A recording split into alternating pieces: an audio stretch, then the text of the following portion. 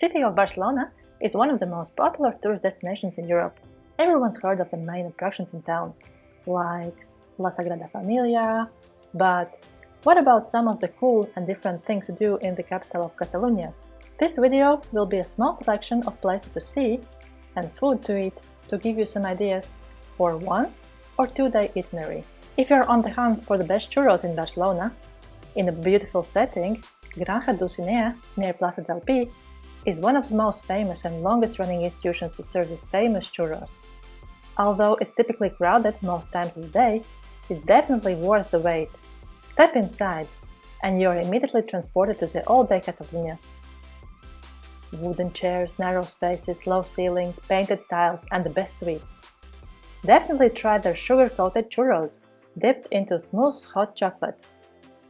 As well, you can buy melindros, sugar-topped soft biscuits, and they also have a range of teas, coffees and pastries. If you're a fan of modern art, street art and photography, then the Moco Museum Barcelona should be right up your alley.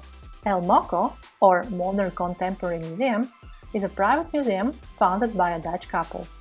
They opened the first location in Amsterdam and the second in Barcelona in 2021.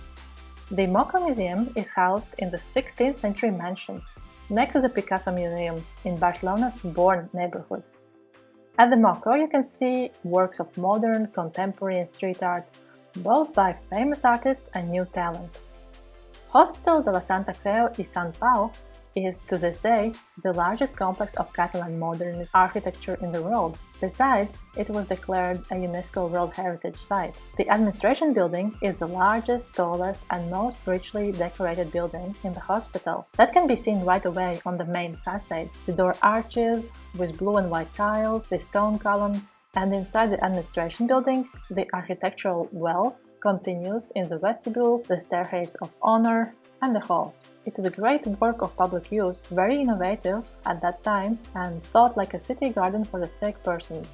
At the beginning of the 20th century, the project was an example of modern architecture and urban planning. The hospital comprises several independent pavilions, interconnected by a network of underground tunnels and surrounded by green spaces. And after being deactivated in the year 2009, the former hospital complex became a cultural space. If you're interested, you can also enjoy a concert illuminated by candlelight in one of the halls.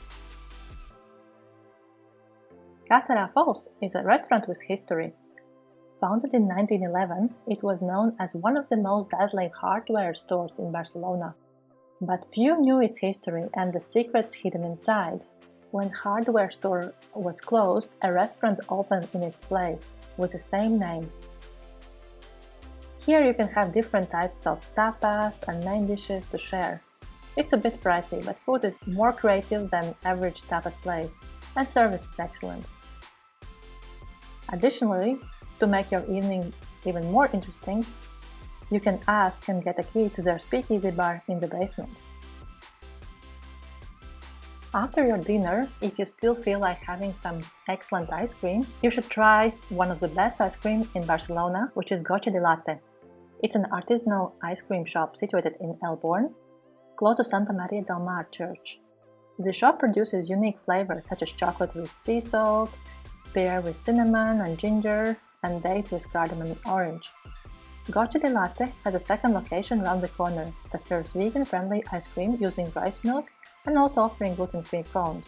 Their working hours are very friendly for late-night strolls and small dessert after your dinner. There is so much to see and do in Barcelona, and even after multiple visits, there will always be less popular parts of the city to explore. I hope this video helps inspire you to do some lesser-known activities and try some cool restaurants and cafes.